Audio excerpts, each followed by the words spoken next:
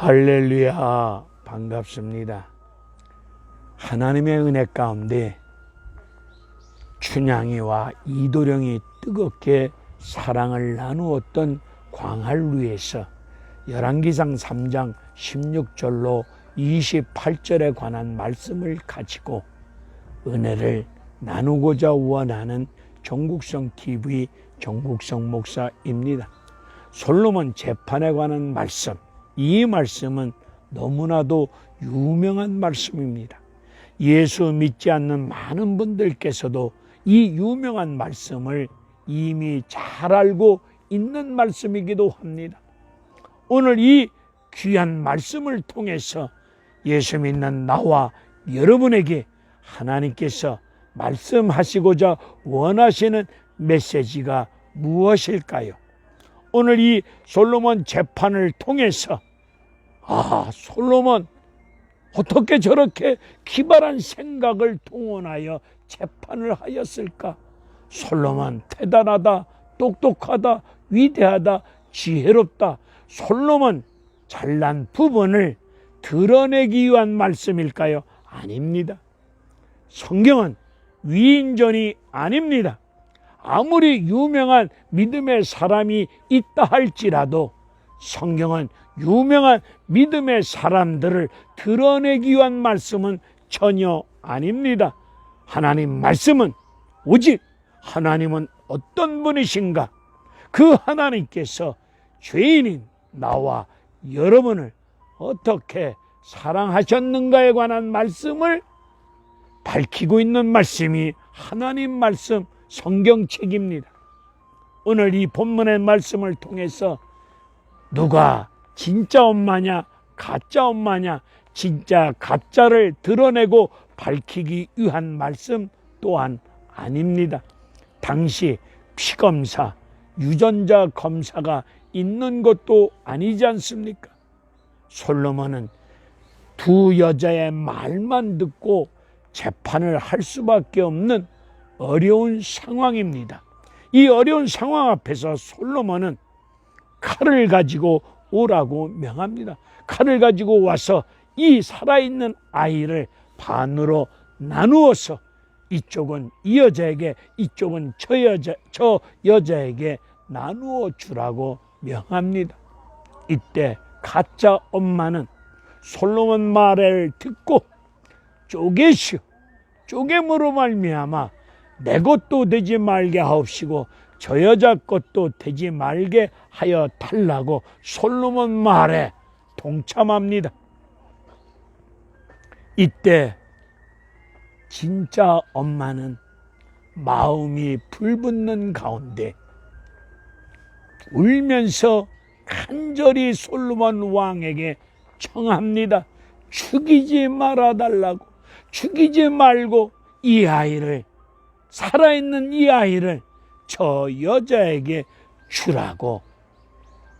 이 여자는 마음이 불붙는 가운데 간절히 청합니다. 마음이 불붙는다는 말씀의 뜻이 무엇입니까? 자궁에 불이 붙는다는 뜻입니다. 자궁에 불이 붙는다는 말씀의 뜻은 모성의 핵심 가치가 아니겠습니까? 이 여자는 아들을 살리기 위해서 포기합니다. 왜 포기합니까?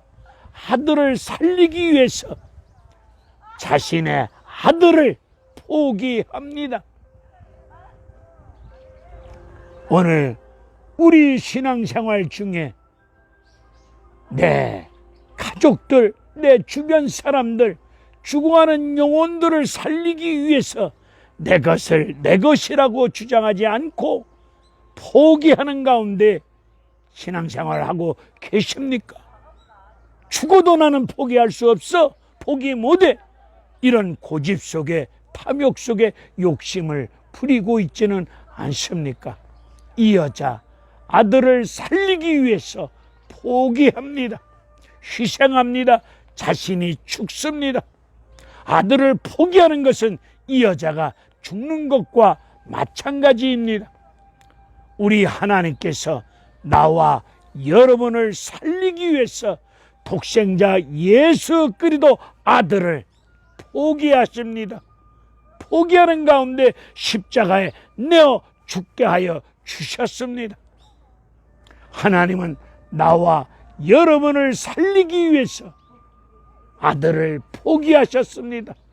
오늘 이 험악한 시대 앞에서 수많은 죽어가는 영혼들을 살리기 위해서 얼마나 포기하고 계십니까?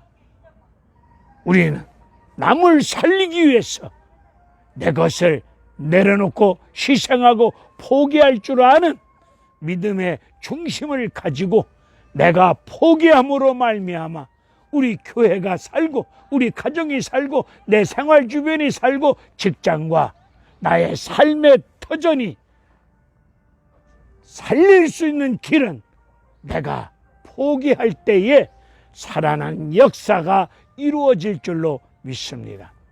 왜 하나님께서 솔로몬이 왕이 되자마자 솔로몬 왕 초기에 이 본문의 말씀을 주셨을까요? 에레미야 31장 20절의 말씀을 보니까 하나님께서 이스라엘 백성은 내 사랑하는 아들이고 내 기뻐하는 자식이다. 사랑하는 자식들이 잘못하였을 때에 우리 하나님께서 책망을 하시는데 순간에 일어나는 감정을 가지고 책망하는 것이 아니라 깊이 생각하시는 가운데 깊은 생각을 하시고 자식들을 책망하시는데 책망하는 이유는 자식들이 바로 살도록 하기 위해서 자식을 살리기 위해서 책망하시는데 깊은 생각을 하시고 책망하실 때에 하나님 아버지의 마음이 내 창자가 들 끓으며 여기서 창자가 들 끓는다는 말씀의 뜻은 창자가 찢어지는 고통스러운 가운데 자식들을 살리기 위해서 고통스러운 방법을 겪으시면서 가장 고통스러운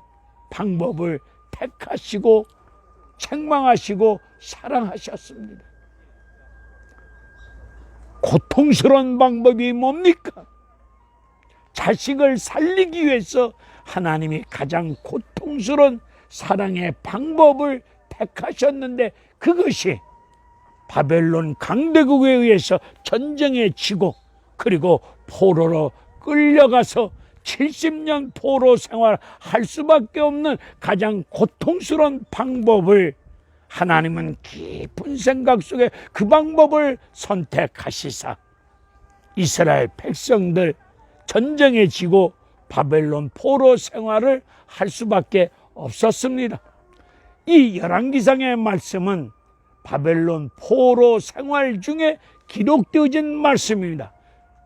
시대적 배경, 역사적인 배경을 제대로 알아야 오늘 본문의 말씀을 우리가 깊이 깨달아 알 수가 또한 있습니다. 이스라엘 백성들 포로 생활 중에 그들은 하나님을 제대로 알지 못한 가운데 하나님이 살아계시다고 전지전능하시다고 하나님이 살아계시다면 우리가 왜 전쟁에 져야 되느냐? 하나님이 전지전능하시고 살아계신 능력의 하나님이시라면 우리가 왜 이런 혹독한 포로 생활을 하여야만 되느냐? 이런 생각 속에 하나님은 우리를 잊으셨어. 하나님은 우리를 버리셨어.